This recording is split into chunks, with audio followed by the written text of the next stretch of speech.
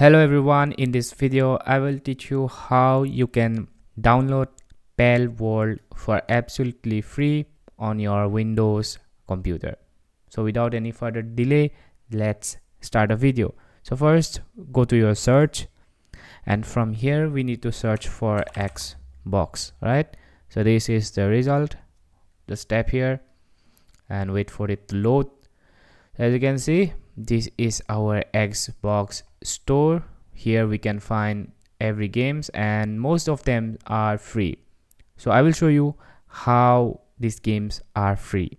Alright, so now in order to play Palworld, go to the search and search for Palworld.